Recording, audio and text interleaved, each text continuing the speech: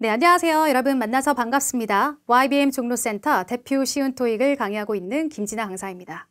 자, 여러분 오늘 이 시간에는요. 토익 입문자를 위한 파트 5 문제풀이 꿀팁을 드리도록 할 겁니다. 자, 그리고 이어서 파트 5 문제 유형은 무엇들이 있는지 같이 살펴볼 예정이고요. 각 유형에 따라서 문제풀이 어떻게 하셔야 되는지 접근법도 오늘 설명드리도록 하겠습니다. 그리고 실전 문제도 2개 정도 같이 한번 풀어볼 텐데요. 문제를 푸는 과정 속에서 같이 시험에서 자주 나오는 전치사, 연어 정리를 좀 해보도록 하겠고, 또 수험자들이 늘 헷갈려하는 명사를 뒤에서 꾸며주는 분사에 대해서도 오늘 정리를 해보도록 하겠습니다. 자, 그러면 시작해 보도록 할까요? 자, 우리가 본격적으로 파트 5 문제 유형을 알아보기 전에 먼저 파트 5 공략을 위한 3가지 포인트를 제가 말씀드리도록 하겠습니다. 이 3가지는요, 여러분 분명히 마음속에 각인을 시켜주시고 반드시 파트 5 공부하실 때마다 떠올려 주시기 바랍니다. 자, 첫 번째입니다. 어휘력. 탄탄한 어휘력 갖춰주셔야만 합니다. 토익에는 여러분 자주 나오는 어휘들이 정해져 있습니다. 이 어휘들을 충분히 암기해 주시지 않으시면, 제대로 암기하지 않으시면 점수는 절대 오르지 않습니다. 제대로 어휘력을 갖춘다라는 것은요, 어휘를 외우실 때 뜻뿐만 아니라 각 어휘의 품사 그리고 쓰임새까지 기억을 하시는 것입니다. 자, 2번째입니다. 핵심 문법 공부하셔야만 합니다. 토익에 자주 나오는 중요한 문법 요소들이 있습니다. 자, 아주 문법을 지엽적인 것까지 공부하실 필요는 없지만 시험에 자주 나오는 것들은요, 분명하게 암기할 건 암기하시면서 정리하셔야만 합니다. 문법 잘 정리해 주셨을 때 문장 구조 빠르게 확인하실 수 있고, 그로 인해 독해력과 속도까지, 읽는 속도까지 업그레이드 될 수 있는 거죠. 자, 마지막 포인트입니다. 마지막. 파트 5 문제를 푸실 때만큼은 해석을 1순위로 하지 않으셔야 합니다. 자, 우리 파트 5 문제는요, 총 30문제가 나옵니다. 이 중에 절반은 문법 문제, 절반은 어휘 문제, 이렇게 반반씩 나오는 추세인데요. 자, 이 중에 문법 문제에서 상당수는요, 여러분, 해석을 하지 않고서 문장 구조만 보고도 빠르게 풀 수 있는 문제들이 많습니다. 이런 문제들까지 여러분 모두 해석을 해버리시게 되면 시간이 너무 오래 걸리겠죠. 해서 제가 파트 5 정복을 위한 3가지 포인트 말씀드렸습니다. 3가지 반드시 기억해 주시기 바랍니다. 자, 여러분 그러면 지금부터는 파트 5 문제 유형이 무엇이 있는지 알아보도록 할까요? 자, 첫 번째입니다. 어휘 문제. 자, 어휘 문제인지 우리가 어떻게 알 수 있을까요? 자, 그래서 문제를 푸실 때는 문장부터 보시는 것이 아니라 여러분의 시선은 바로 선택지부터 가셔야 됩니다. 선택지 A, B, C, D 4개를 보셨을 때, 자, 이렇게 서로 다 제각각으로 생겼죠. 의미가 다 다르다는 뜻이고요. 이러한 문제의 경우에는 어휘 문제다라고 생각을 해주시고, 이때는 해석을 통해서 문맥상 필요한 정답을 하나 고르시면 되겠습니다. 자, 2번째입니다. 문법 문제인데요. 자, 문법 문제의 경우에는 아까와 다르게 선택지 보세요. include라고 하는 타동사죠. include라고 하는 어원이 여기도 다 들어가 있죠. 자, 이렇게 생김새가 비슷비슷한 선택지들로만 구성이 되어 있는 경우, 이것은 문법 문제다라고 생각을 해주시고요. 자, 그렇다면 해석으로 가시는 게 아니라 빈칸을 중심으로 앞뒤 보시면서, 그리고 문장의 동사부터 찾아보시면서 문장 구조를 통해 빠르게 풀이해 주시면 되겠습니다. 자, 파트 5 문제 유형 2가지 살펴봤는데요. 어떻게 풀이하셔야 되는지까지 잘 정리가 되셨죠? 자, 그러면 지금부터는 제가 준비한 2가지 실전 문제를 하나씩 풀어보도록 하겠습니다. 자, 그럼 제가 잠시 화면 밖으로 나갈 테니 여러분께서는 그 2문제 영상 스탑을 하시고 잘 풀어주시면 되겠습니다.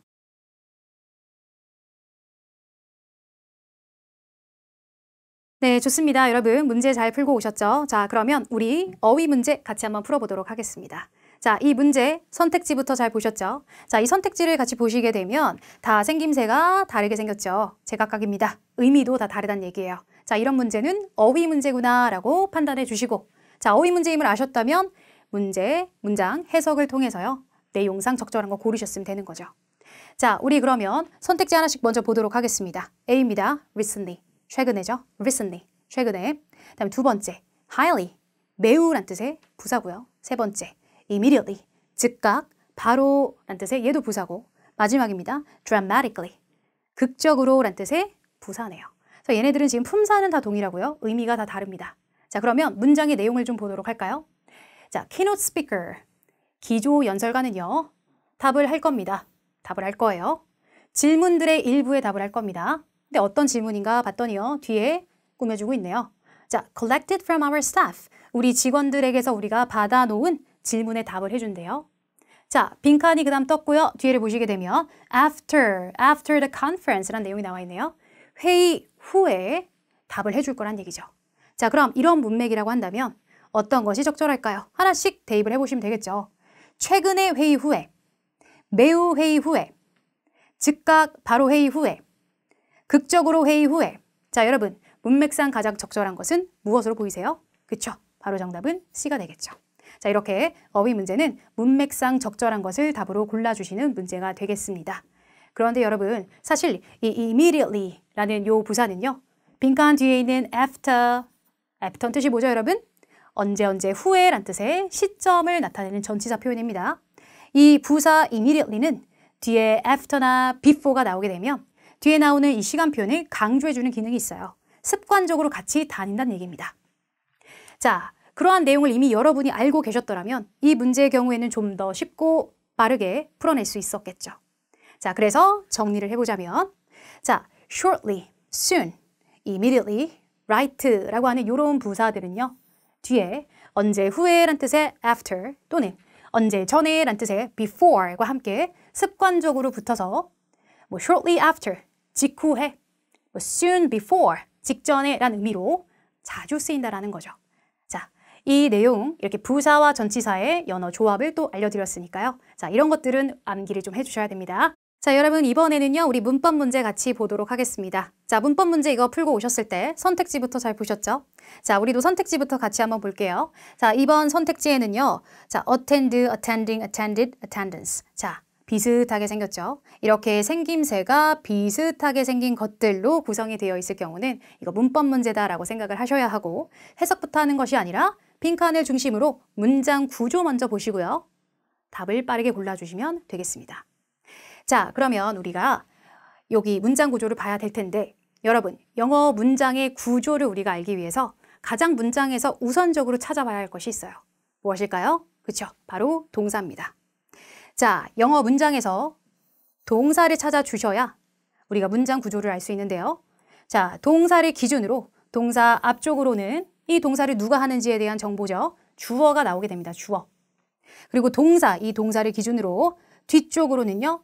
이 동사가 무엇이 왔는가에 따라서 목적어가 올 수도 있고 보어가 올 수도 있고 때로는 둘 다 없이 뭐 수식어가 올 수도 있는 거죠. 자, 이렇게 동사를 기준으로 이 문장의 생김새의 구조가 바뀐다는 얘기예요. 자, 그럼 이 문장으로 들어오셔서 동사부터 찾겠습니다. 동사 누굴까요? 맞습니다. 자, 바로 signed가 되겠죠. signed. 자, 그러면요. 이 signed를 기준으로 요 앞까지 문장 처음부터 여기까지가 이 문장의 주어 부분이 되는 것입니다.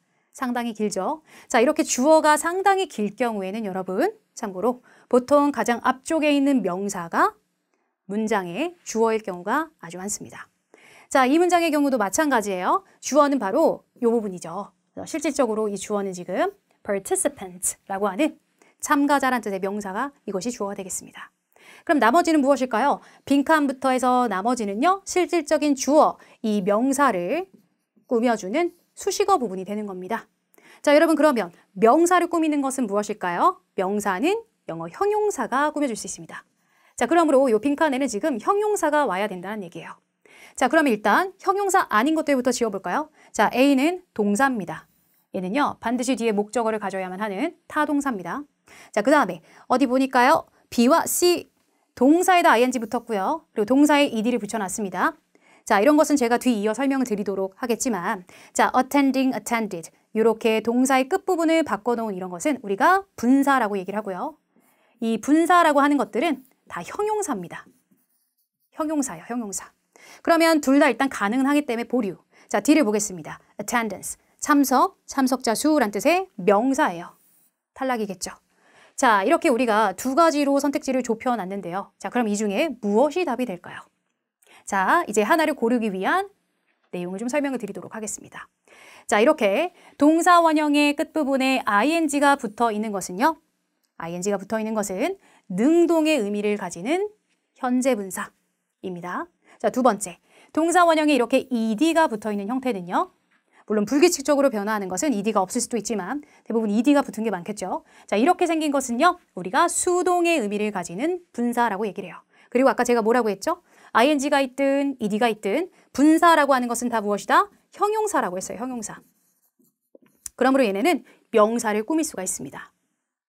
자, 그런데 우리 문장으로 다시 들어가 볼게요. 자, ing가 되었든 ed가 되었든 지금 여기 앞에 있는 명사를 얘네가 수식을 하는 상황이란 말이죠. 자, 그럼 답이 무엇일까요? 자, 우리가 문제를 풀기 위한 팁을 드리도록 하겠습니다. 자, 이렇게 명사의 뒤에서 ing든 ed든 이렇게 분사가 수식을 해주는 경우에는 그 분사가 들어갈 자리의 뒤를 보셔야 됩니다. 자, 뒤를 보면 뭐가 있어요? The Annual Conference라고 하는 연례 회의란 뜻의 명사, 목적어가 나와 있어요. 선생님, 갑자기 목적어가 웬 말이죠? 자, attend라는 거는 목적어가 반드시 있어야 하는 타동사라고 얘기했습니다. 자, 그런데 목적어가 있어요. 있다는 얘기는 바로 이 부분이 능동의 형태가 들어가야 된다는 거죠. 이해되시죠? 자, 그래서 정답은 바로 be attending이 되겠습니다. 자, 정리를 하자면 이래요. 자, 분사, ing로 끝나는 능동의 분사, ed로 끝나는 수동의 분사가 명사 뒤에서 수식을 해줄 때요. 이렇게 명사 뒤에서 수식을 할 때 그 분사 들어갈 자리 뒷부분에 이렇게 목적어가 분명히 있으면 그때는 ing를 넣어주셔야 하고, 자, 만약에 뒤에 목적어가 없었다라고 한다면 그때는 ed로 끝나는 수동의 분사를 넣어주시면 되겠습니다. 자, 그리고요, 한 가지만 더. 지금은 우리가 명사 뒤에서 분사가 꾸미는 경우를 보고 있지만 분사는 형용사죠. 명사를 앞에서 이렇게 수식을 해줄 수도 있다라는 점 여러분들 꼭 기억을 해주셔야겠습니다. 자, 좋습니다, 여러분. 이렇게 우리가 두 가지 문제 같이 풀어봤는데요. 두 가지 문제 여러분 가져가실 내용들 좀 있었으니까 복습 꼼꼼히 해보시기 바라고요. 자, 우리가 오늘 이 영상을 마치기 전에요. 다시 한번 제가 처음에 강조드렸던 세 가지 포인트 짚고 넘어가 보겠습니다. 자, 파트 5 정복을 위해서 여러분들 무엇을 염두에 두셔야 될까요? 첫 번째, 탄탄한 어휘력. 어휘력 갖추셔야만 합니다. 자, 두 번째, 시험에서 자주 등장하는 중요한 핵심 문법들은요. 헷갈리지 않도록 잘 정리해 주시기 바라고요. 암기할 건 분명히 암기하고 넘어가 주시기 바랍니다. 자, 마지막 파트 5만큼은 문제를 푸실 때 해석부터 하지 않으신다. 그죠? 해석부터 하시는 것이 아니라 문제 유형에 따라 달리 접근을 해야 된다라는 거 다시 한번 명심해 주시기 바랍니다. 자, 여러분 오늘 이렇게요. 입문자를 위한, 토익 입문자를 위해 제가 파트 5 유형과 그리고 유형에 따른 문제풀이 접근법까지 설명을 드렸고요. 그 실제 문제를 두 가지를 같이 풀어보면서 중요한 연어, 어휘 표현들 정리해드렸고 또한 헷갈려 하시는 분사까지 일부 내용 정리해보았습니다. 내용 꼼꼼하게 봐주시기 바라고요. 그럼 저는 수업에서 뵙도록 하겠습니다. 감사합니다.